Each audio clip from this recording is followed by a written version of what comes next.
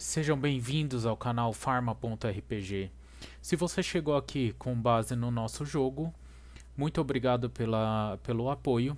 E se você ainda não chegou, veja o vídeo de introdução do canal que a gente explica um pouquinho sobre essa nova metodologia de ensino que temos trazido para vocês. A ideia dessa aula é falar um pouquinho sobre reconciliação medicamentosa para complementar o que vocês viram no jogo, o caso clínico que foi apresentado.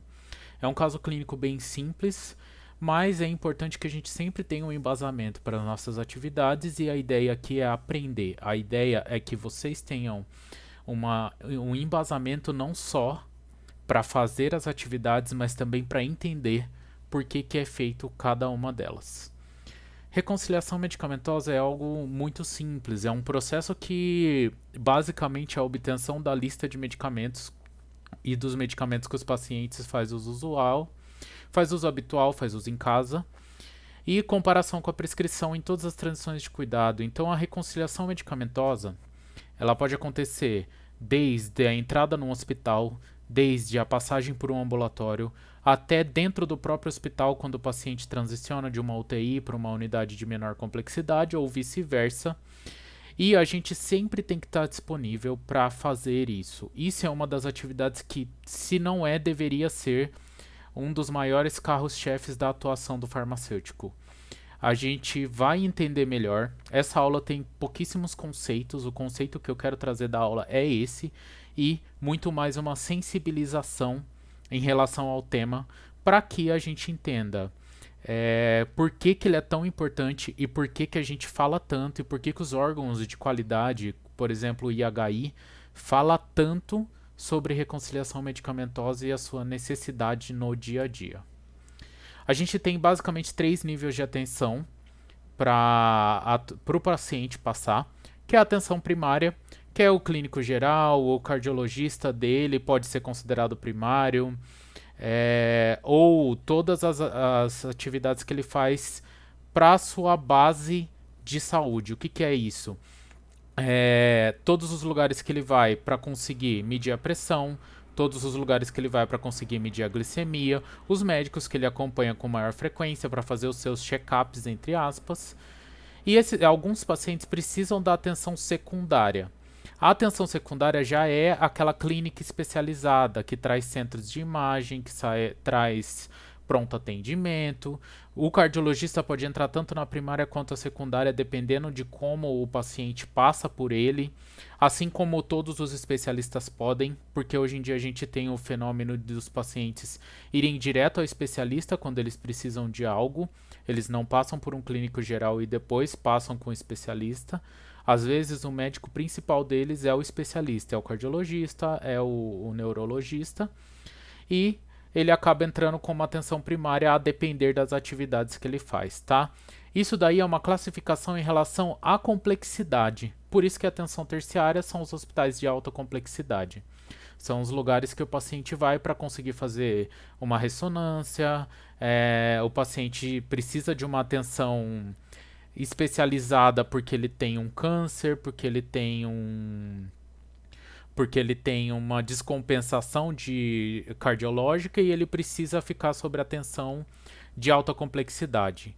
Essa atenção não é só em relação à complexidade, mas também em relação a custo. Então, quanto mais caro for o cuidado, mais alto ele é nessa pirâmide, tá?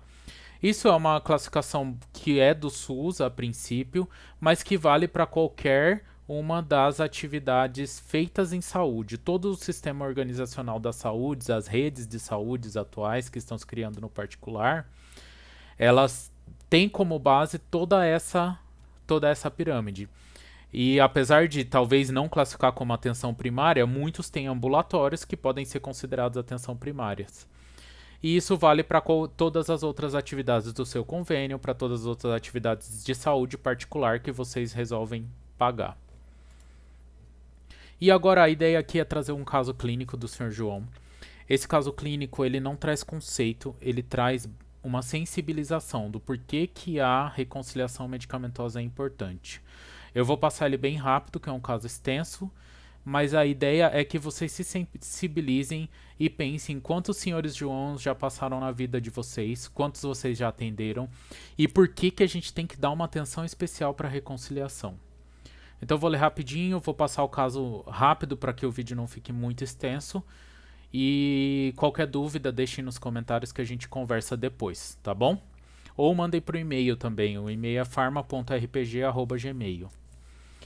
Então aqui é a história do seu João. Ele tem 65 anos, é aposentado, trabalhou por 5 anos, na verdade, por 5 anos no corte de cana, desculpa. Na idade adulta ele trabalhou como auxiliar de enfermagem em uma unidade de terapia intensiva. Ele não tinha cuidados com a saúde aos 75 anos, a última vez que foi ao médico foi aos 45 anos. Então, 25 anos sem ir ao médico. Foi para a UBS para tomar a vacina da gripe, aproveitou para medir a pressão e reparou que a pressão dele estava muito alta. 200 por 120 e ele não tinha nenhum sintoma. Isso claramente quer dizer que ele é um paciente hipertenso. Ele ficou em desespero, ele tinha conhecimento, ele foi para a UPA. Falou, não tô bem, vou pra UPA. A pressão dele estava super alta, apesar dele estar em repouso. Foi pra UPA. No que ele entrou em desespero, ele se passou mal, tomou um comprimido de captopril para baixar a pressão e um comprimido de clonazepam. Ele desmaiou. Acordou depois de alguns minutos com algum profissional falando que ele é alérgico a clonazepam. O médico da UPA prescreve captopril de horário e manda o seu João para acompanhar ambulatorial. Lembrando que pressão alta em repouso, sem sintomas, não é motivo para internação. A gente vai controlar essa pressão e o paciente vai para casa fazer tratamento ambulatorial. Depois o senhor está muito mais calmo, ignorou o médico da UPA e marcou um cardiologista do convênio. Isso é muito comum acontecer hoje em dia. Às vezes a gente quer ir com o cardiologista, a gente vai lá. A gente consegue esse encaminhamento direto, liga, faz a consulta e acaba indo para o cardiologista. O cardiologista recebeu o seu João, solicitou um Holter e ele foi diagnosticado com pressão alta. Então o cardiologista iniciou com um diurético, com hidroclorotiazida, 25 miligramas, e pediu para o seu João acompanhar a pressão dele para ver se o remédio vai funcionar. O seu João mediu 3 vezes durante a primeira semana, PA média dele estava 14 por 9. Voltou ao cardiologista, o cardiologista falou, tá tudo bem, volta daqui 6 meses. Então o senhor João voltou no cardiologista dali 6 meses, mas ele mediu a pressão só no primeiro mês e relatou para o cardiologista que mediu todo o período, que mediu várias vezes durante esses 6 meses e que a PA média dele foi 12 por 8. O cardiologista falou, não, se sua PA está 12 por 8, fica tranquilo, pode continuar seu acompanhamento. Pode continuar seu acompanhamento com o clínico geral, não precisa de mais cardiologista. O Sr. João ignorou a orientação e ficou tomando seu remédio sem acompanhamento. No ano seguinte, ele foi tomar a vacina de gripe de novo, pressão estava 13 por 9. Aí ele descobre que pode pegar o medicamento de graça na UBS, só que ele precisa do acompanhamento do médico da UBS. Então ele marcou uma consulta. Chegou o médico da UBS, fez um check-up. Ele viu com base na HP glicada que o seu João tinha diabetes e falou para ele, toma metformina. Ele pediu para monitorar a glicemia também e ele monitorou uma vez em 6 meses. Seu João não cuidou da própria saúde. Agora o seu João voltou no médico da UBS a cada 6 meses só para pegar sua receita e para conseguir pegar seus remédios lá de graça. No primeiro retorno, o seu João falou para o médico que estava urinando muitas vezes com jato de baixa potência, estava com cansaço extremo e sentia muita sede. O médico mediu sua glicemia e estava a 160 após o almoço. Depois que ele conversou com o clínico, o médico encaminhou ele para o urologista. Ele encaminhou para o urologista do convênio, que estava mais fácil para ele, tá? O urologista fez exame de toque e descobre que tem uma hiperplasia prostática, mede o PSA e pede outros exames complementares. Um mês depois, o Sr. João volta para o urologista e explica que é uma hiperplasia benigna e que não precisa... O urologista explicou para o Sr. João, tá? Que é uma hiperplasia benigna e que ele não precisa se preocupar. Passou a tomar uma doxazosina. O Sr. João voltou para casa jurando se cuidar mais. Perdeu a consulta dos 6 meses com o clínico da UBS, perdeu a consulta com o urologista ficou 6 meses sem seus medicamentos. Depois de 6 meses, lembrando todo esse histórico do paciente, e pensem em quantos seus Joãos vocês já não atenderam na vida, tá? Ele precisa ser hospitalizado. A sua PA estava alta, 200 por 120 de novo. Sua glicemia estava alta, 300. Seu João falou que era alérgico a clonazepam e que fazia uso de hidroclorotiazida, doxazosina e metformina. Seu João chegou na UTI, contactuante, porém muito nervoso. Não podia tomar clonazepam, então o médico prescreveu quetiapina. Durante os exames de rotina da UTI, seu João é diagnosticado com arritmia e precisa tomar varfarina, uma FA, né? Para que ele tenha que tomar anticoagulante.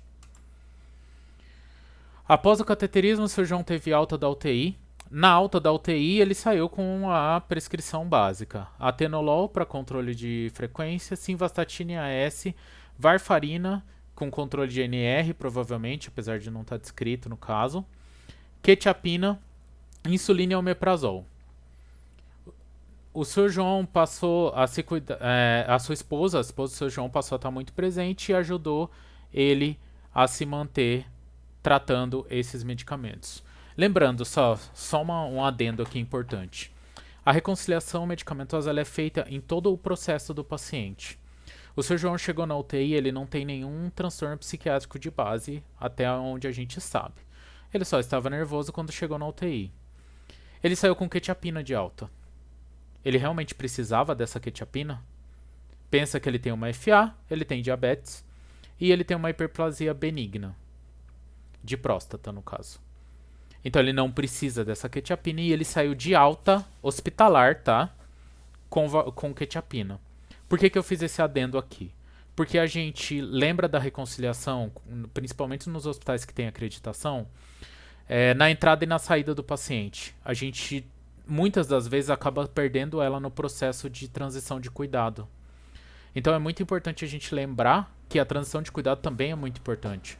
Seu João não precisava dessa quetiapina, tá? Ele não precisa dessa alta. E esqueceram da doxazosina que ele tomava, né?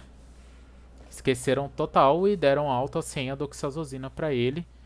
E o restante da pressão tá ok. Para um paciente com uma FA, pode ser que ele realmente precise de atenolol, simvastatina, varfarina é essencial e o omeprazol por conta da varfarina é essencial também. Então ele teve, a esposa dele passou a estar muito presente e ele passou a acompanhar com o cardiologista, com o urologista e com o clínico da UBS. O clínico para pegar os remédios, cardiologista por conta da FA, o urologista por conta da hiperplasia de próstata. Ele marcou um neurologista porque ele sentia cansaço extremo, muito sono e dificuldade de raciocinar. Isso muito provavelmente por conta do uso de quetiapina que ele nem precisava. O neurologista associou com uma deficiência de vitamina B12, mandou um suplemento de vitaminas para ele e, após o exame negativo para hipovitaminose, ele falou, mantenha o uso. Mesmo estando negativo, ele pediu para manter o uso. Após um mês, seu João manteve os sintomas e passa a sangrar nas fezes. Ele tem que ir para o pronto atendimento. Na UPA ele tem uma intoxicação com marílica, fica muito nervoso e o plantonista aumenta a dose de quetiapina. Após 5 dias, seu João tem alta com a nova receita de quetiapina e encaminhado para o cardiologista. O cardiologista trocou varfarina por xarelto, seu João caiu em casa, teve um TCE, rapidamente levado para o hospital e sua esposa fica ao seu lado. Então assim, seu João nem precisava de quetiapina. Chegou nervoso, eles aumentaram a quetiapina.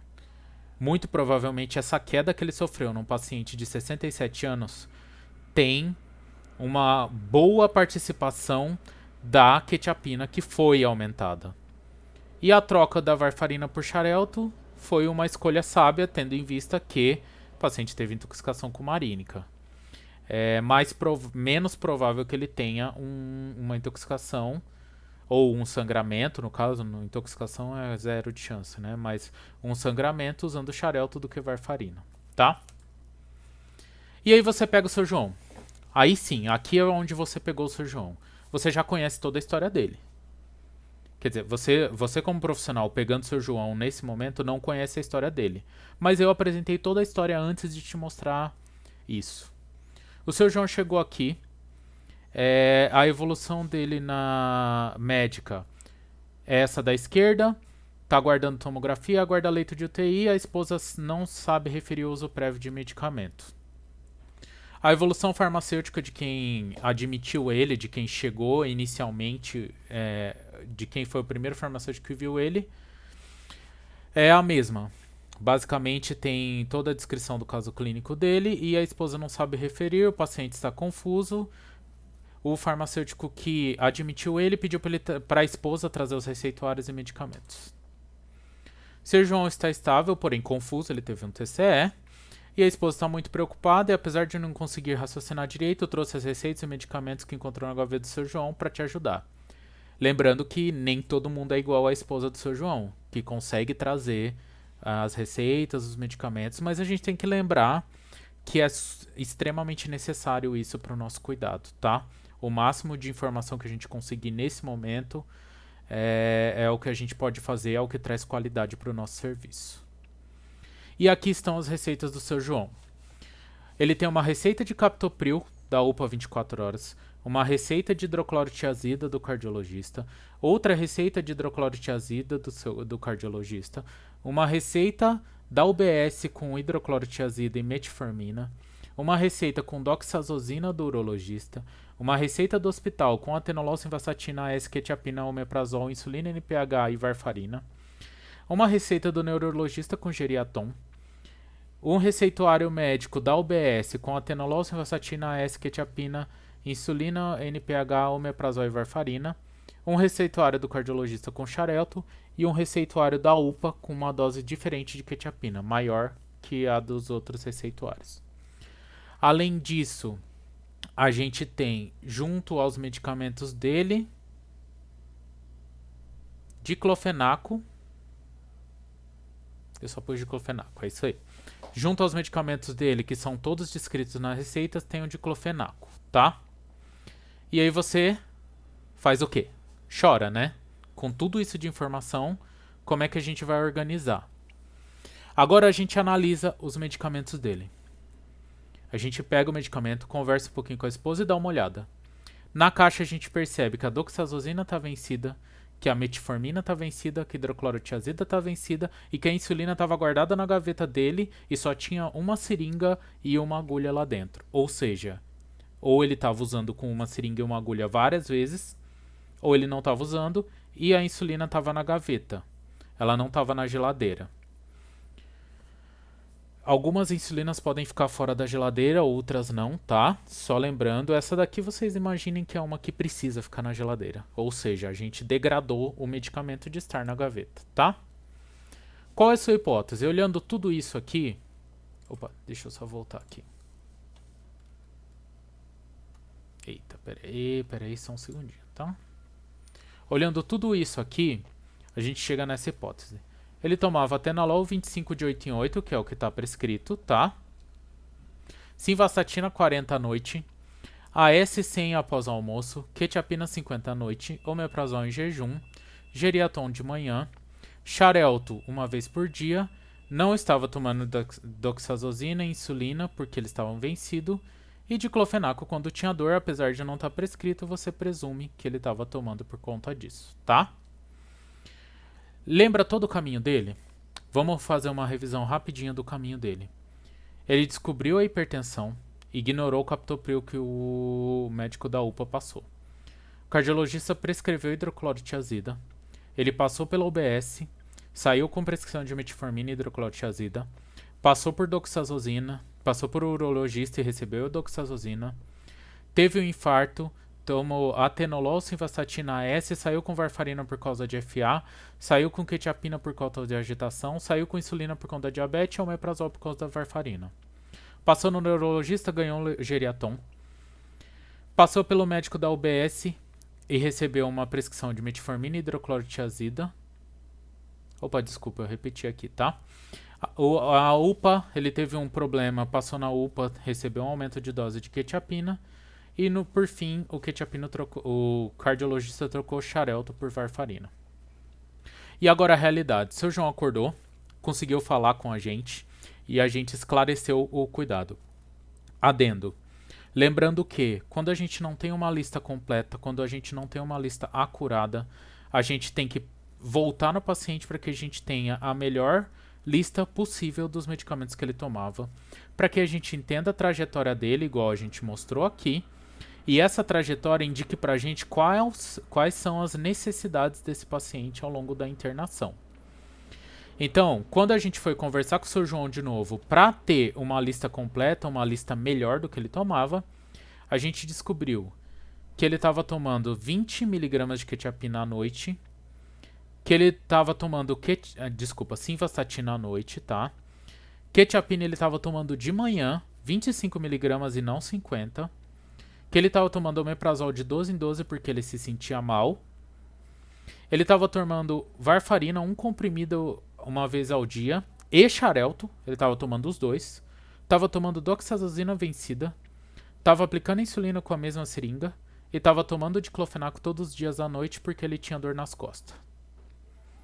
Então veja que o quanto de erro que tem nessa, e claramente é por falta de informação, né? A gente sabe que ele é um paciente instruído. Todo mundo presumiu que ele era um paciente instruído, porque ele é auxiliar de enfermagem. Mas ele não foi orientado como deveria tomar, ou se foi orientado e se confundiu. A gente não sabe como ele chegou na conclusão que deveria tomar os medicamentos desse jeito, mas a gente sabe que ele estava tomando desse jeito. Então aí é que está o problema em si, a sensibilização que eu quero trazer. A reconciliação medicamentosa ela é importantíssima por conta dessas trajetórias que o paciente tem. Se o paciente passa por todo esse sistema complexo de saúde, e o Sr. João não é uma exceção, ele é um paciente normal, é um paciente que vai chegar pra gente dia a dia. Paciente idoso, paciente mais jovem, todos acabam passando por vários médicos. E se a educação em saúde desse paciente não for adequada, a gente pode chegar num quadro parecido com esse. Quando a gente chega num quadro parecido com esse, olha o tanto de risco que esse paciente está exposto a tomar. Esse risco, muitos deles são extremamente desnecessários. Quetiapina, até que ponto ele precisava realmente dessa quetiapina? Quem trocou o xarelto a varfarina pelo xarelto não orientou ele que deveria parar com a varfarina ou não orientou de forma adequada, não chegou para ele a informação. O médico pode até ter falado e ele não ter entendido. E isso a gente tem que ter esse cuidado.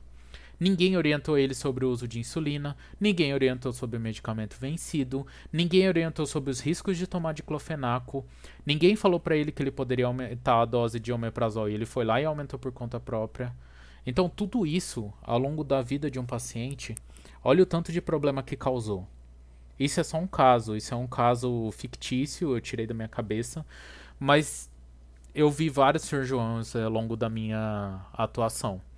E isso vale para todo mundo. Isso vale para todo mundo e a ideia é sensibilizar vocês em relação a isso, tá?